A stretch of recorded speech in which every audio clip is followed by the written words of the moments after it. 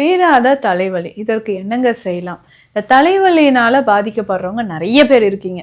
என்னென்னவோ செஞ்சு பார்த்துட்டேங்க. எனக்கு தலைவலி குறையவே இல்ல.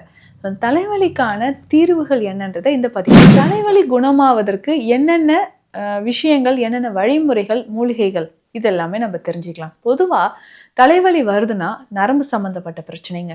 நமக்கு நர்வ்ஸ் டிஸார்டர் இருந்தாலோ, இல்ல பேசிக்காவே நம்ம பாடியில கொஞ்சம் வீக்கா இருக்குன்னு வச்சுக்கோங்களேன். நியூட்ரிஷன் டிஃபிஷியன்சி இருக்கு, ஸ்டாமினா குறைவா இருக்கு அப்படின்னாலும் இது எல்லாமே நமக்கு சரி செய்யணும்னா என்னென்ன வழிமுறைகள் இருக்குன்றதை நம்ம தெரிஞ்சுக்கலாம். இப்போ அந்த தலைவலிக்கு இதெல்லாம் காரணம் சரிங்களா? நம்ம சரியான உணவு சாப்பிடலன்னு வச்சுக்கோங்களேன். பசியோடு இருந்தால் எனக்கு பசியில் தலைவலியே வந்துருச்சுன்னு சொல்கிறோம். ஸோ அதிகமாக ஆசிட் செக்ரிஷன் இருக்கும்போது ஹெட்ஏக் வரும். இதுவே டைஜஷன் ஆகலைனாலும் ஹெட்ஏக் வரும். ஸோ மந்தமாக இருக்குது, சாப்பிட்ட உணவு எனக்கு செரிமானம் ஆகலை, வாந்தி வர மாதிரி பெரட்டிக்கிட்டே இருக்குன்னு சொல்லுவாங்க. ஒரு சிலர் அந்த வாமிட் பண்ணிட்டா, வாந்தி எடுத்துட்டா தலைவலி. நம்ம எண்ணெய் குளியலாக பயன்படுத்தும் பொழுது தொடர்ந்து உடல்ல இருக்கக்கூடிய பல பிரச்சனைகள் குணமாகுதுங்க. நரம்பு சம்பந்தப்பட்ட வலிகள், தலைவலிகள் குணமாவதற்கு வாரம் ஒரு முறையாவது வெந்நீர்ல இந்த எண்ணெய்களை தடவி நம்ம தலைக்கு முழுக்க எடுத்துக்கலாம்.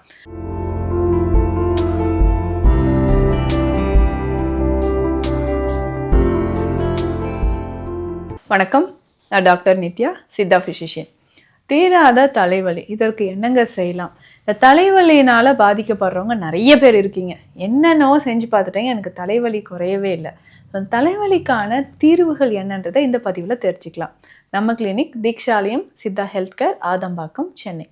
இந்த தலைவலி குணமாவதற்கு என்னென்ன விஷயங்கள், என்னென்ன வழிமுறைகள், மூலிகைகள் இதெல்லாமே நம்ம தெரிஞ்சுக்கலாம். பொதுவாக தலைவலி வருதுன்னா நரம்பு சம்மந்தப்பட்ட பிரச்சனைங்க.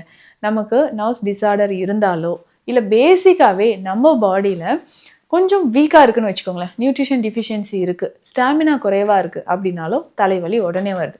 இல்லை திடீர்னு டென்ஷன் ஆகிறோம் அப்படி நமக்கு தாங்க முடியாத அளவுக்கு டென்ஷன் ஆகுது, ஸோ டிப்ரெஷன் ஸ்ட்ரெஸ்ஸில் இருக்கிறோம், உடனே நமக்கு என்ன ஆகுதுன்னா தலைவலி வர ஆரம்பிச்சிடும். ஸோ பேசிக்காகவே நமக்கு என்ன ஆகுன்னா, இந்த ஃப்ரண்ட்டில் ஃபோர்ஹெட்டில் நிறைய பேருக்கு வலி இருக்கும். அதே மாதிரி பின்மண்டையில், இந்த ஹாஸ்பிட்டல் ரீஜன் அப்படின்னு சொல்லுவோம், பின்மண்டை வலியும் நிறைய பேருக்கு இருக்கும். இதை தாண்டி ரைட் சைடு, எனக்கு ரைட் சைடில் வலி ஆரம்பிக்குதுங்க. இந்த காதுக்கு மேலே இருந்து, கண்ணுக்கு முன்னாடி, ஃபோர்ஹெட்ல இருந்து அப்படியே ஸ்டார்ட் ஆகி ஷோல்டர் நெக் வரைக்குமே எனக்கு வலி இருந்துக்கிட்டே இருக்கும். ரைட் சைடோ லெஃப்ட் சைடோ எனக்கு வலி இருக்குங்க அப்படின்னு சொல்கிறீங்க.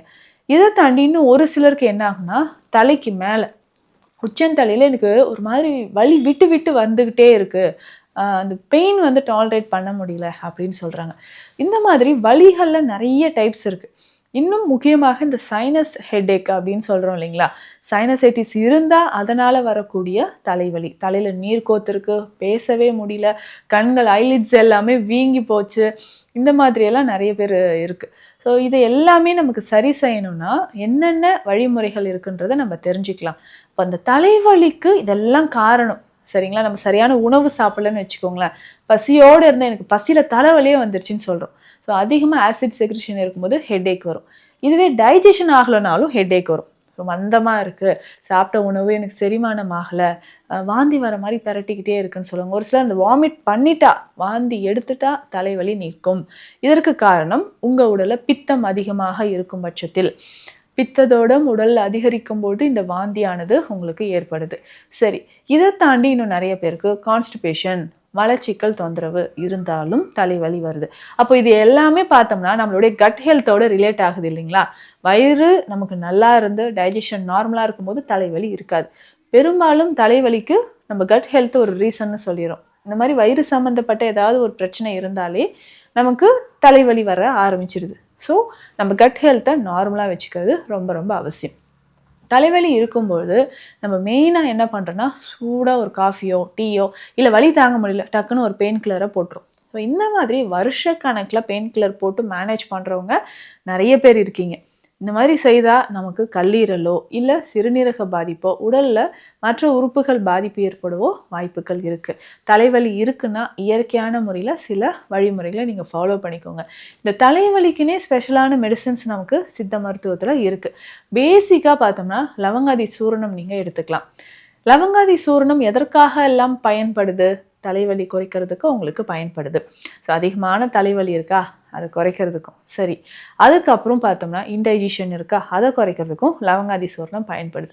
இந்த லவங்காதி சூரணம் எந்த அளவுக்கு நம்ம பயன்படுத்தணும். ஸோ அதிகமான தலைவலி இருந்தாலோ அது வந்து நம்ம பயன்படுத்திக்கலாம். சைனஸ் ஹெட்டேக் இருந்தாலும் இந்த லவங்காதி சூரணம் நீங்கள் பயன்படுத்திக்கலாம். நல்ல ஹாட் வாட்டரில் 1/2 ஸ்பூன் இந்த சூரணம் எடுத்து கலந்து நீங்கள் குடிச்சிடணும். ஸோ இதை குடிச்சிக்கிட்டே வரும்போது காலை மற்றும் இரவு வேலைகளில் இதை குடிக்கணும். ஒரு நாளைக்கு 2 வேளை நம்ம பயன்படுத்தும் பொழுது ஸோ அதிகமான தலைவலி உங்களுக்கு குறைய ஆரம்பிக்கும். இந்த சைனஸ் ஹெட்டேக் இருக்கிறவங்களும் இதை பயன்படுத்தலாம். இன்னும் முக்கியமாக சைனஸ் ஹெட்டேக் இருக்கிறவங்க மரமஞ்சள் குடிநீரை நீங்கள் தாராளமாக எடுத்துக்கலாங்க. மரமஞ்சள் குடிநீர் எடுத்துக்கும் பொழுது உடலில் நிறைய மாற்றங்கள் உங்களுக்கு நடக்க ஆரம்பிக்கும். ஸோ வலி எந்த வகையான வலியாக இருந்தாலும் அது குறைவதற்கு மரமஞ்சள் குடிநீர் உங்களுக்கு பயன்படுது. ஏன்னா இதில் மரமஞ்சளோட கிராம்பும் சேர்ந்துருக்கு. அதாவது வலிகளை போக்கக்கூடிய மூலிகைகள் இதில் சேர்ந்துருக்கும். கிராம்பு சேர்ந்துருக்கு. முக்கியமாக சுக்கு, மஞ்சள், இதில் முக்கியமாக பார்த்தோம்னா காட்டு சீரகம். ஸோ காட்டு சீரகம் அப்படின்னு சொல்கிறது நார்மலாக நம்ம பயன்படுத்தக்கூடிய சீரகத்தை விட கொஞ்சம் கார்ப்புத்தன்மை அதிகம். ஸோ காட்டு சீரகம் இதில் இருக்குது. இந்த மரமஞ்சள் குடிநீர் உடல் வலி, மூட்டு வலி, கை கால் குடைச்சல், தசைப்பிடிப்பு இந்த மாதிரி பிரச்சனை இருக்கிறவங்களுக்கும் பயன்படுத்தலாம். அப்போது இந்த மரமஞ்சள் குடிநீர் நம்ம குடிக்கும்போது தலைவலி, தலையில் வந்து நரம்பு சம்மந்தப்பட்ட பிரச்சனைகள் இது சரியாகிறதுக்கு உங்களுக்கு ரொம்ப ரொம்ப யூஸ்ஃபுல்லாக இருக்கும். இதை நீங்கள் தாராளமாக பயன்படுத்தலாம். சுக்குமல்லி காஃபி குடிக்கலாம். இதுலேயுமே முக்கியமாக ஒரு கஷாய வகை அப்படின்னு பார்த்தோம்னா இந்த சுக்கு, மிளகு, திப்பிலி இது 3ம் சேர்ந்தது திரிகடுகு சூரணம் இல்லைங்களா. இதனோட நம்ம தனியா விதைகள் சேர்த்துக்கலாம். ஸோ தனியா விதைகளை சேர்த்து மற்றும் துளசி விதை, சிற்றரத்தை இதுவும் சேர்த்து கஷாயமாக குடிக்கலாம். இது குடிக்கும்பொழுதும் உடல் அடிக்கடி குடிக்க வேண்டாம். உடல் வந்து உஷ்ணமாகிறதுக்கு வாய்ப்பு இருக்குது. தலைவலி இருக்கும்போது மட்டும் இதை நல்ல ஒரு காஃபி மாதிரி போட்டு குடிக்கலாம். இல்லைன்னா எளிமையாக நீங்கள் சுக்குமல்லி காஃபியை பயன்படுத்தலாம். ஸோ சுக்குமல்லி காஃபி நீங்கள் பயன்படுத்தும் பொழுது உடலுக்கு அவ்வளவு நன்மைகளை இது தரக்கூடியது. சுக்குமல்லி காஃபி வந்து உடலுக்கு அவ்வளவு நன்மைகளை தரக்கூடியதுன்னு சொல்லலாம். அப்போ ரெகுலராக நீங்கள் சுக்குமல்லி காஃபி பயன்படுத்தும் பொழுதும் தலைவலி குறைய ஆரம்பிக்குது. பத்து போடலாமா அப்படின்னு கேட்டிங்கன்னா தாராளமாக பற்று போடலாம். உங்கள் வீட்டில் துளசியோ, திருநீற்று பச்சிலையோ, இல்லை கற்பூரவல்லியோ இருந்ததுன்னா அந்த சாறு எடுத்துக்கோங்க. அந்த சாறு எடுத்து மஞ்சள், சுக்கு 2ம் நல்லா தேவையான அளவுக்கு எடுத்துட்டு அந்த சாறு விட்டு கலந்து பத்து போடலாம். ஸோ இது ஒரு 1/2 மணி நேரம் பத்து போட்டுகிட்டே இருக்கும்போது சைனஸ் தலைவலி, தலை நீரேற்றம் உங்களுக்கு குறையுது. அதே மாதிரி சித்த மருத்துவத்தில் இருக்கக்கூடிய சுக்கு தைலம், பிரம்மி தைலம், கருநொச்சி தைலம் இதில் ஏதாவது ஒரு தைல வகைகளை தலையில் நல்லா அப்ளை பண்ணிவிட்டு எண்ணெய் குளியலாக நீங்கள் பயன்படுத்தலாம். ஸோ இதை நம்ம எண்ணெய் குளியலாக பயன்படுத்தும் பொழுது தொடர்ந்து உடல்ல இருக்கக்கூடிய பல பிரச்சனைகள் குணமாகுதுங்க. நரம்பு சம்பந்தப்பட்ட வலிகள், தலைவலிகள் குணமாவதற்கு வாரம் ஒரு முறையாவது வெந்நீர்ல இந்த எண்ணெய்களை தடவி நம்ம தலைக்கு முழுக்க எடுத்துக்கலாம். ஸோ இந்த பதிவில் தலைவலிக்கு தொடர்பான பிரச்சனைகள், அதுக்கு என்ன எளிய சித்த மருத்துவ தீர்வுகள்ன்றதை நம்ம பார்த்தோம். சித்த மருத்துவம் தொடர்பான மருத்துவ ஆலோசனைகளுக்கு ஸ்க்ரீனில் இருக்கிற நம்பருக்கு காண்டாக்ட் பண்ணுங்க. நன்றி.